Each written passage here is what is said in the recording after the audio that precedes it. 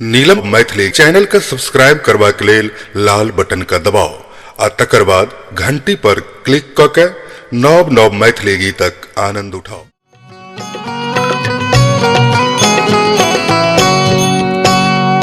किया मोर आरे कगवा बाबा ता किया मोर भैया तारे कगवा रे कौन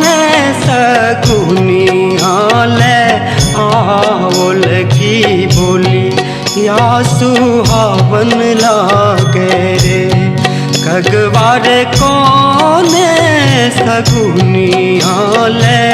आओल की बोली या सुहावन लागे रे।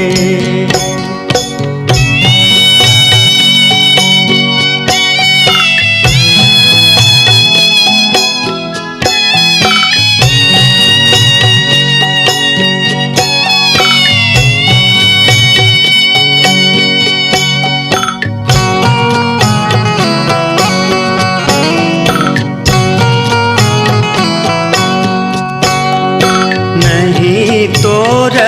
आहे धनी बाबा ता नहीं तोर भैया तारे कगवारे होरीला सगुनिया ले आओल की बोली या सुहावन लागे रे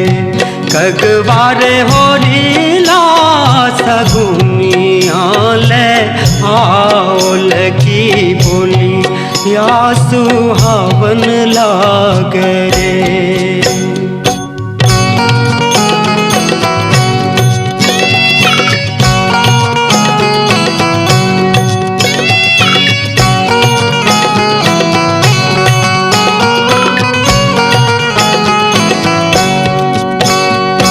जो मोर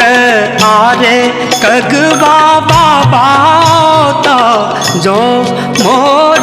भैया तारे कगवारे तोहरो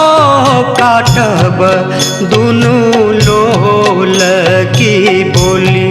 या सुहावन लागे रे कगवारे तोहरो काटब दुनू लोल की बोली या सुहावन लागे रे।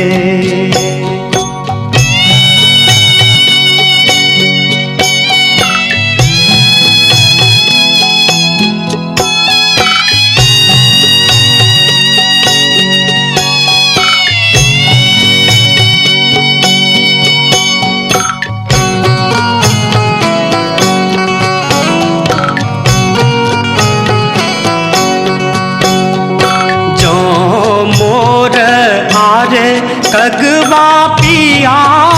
ता होरीला जन्म ले तरे जो मोर आरे कगवा पिया ता होरीला जन्म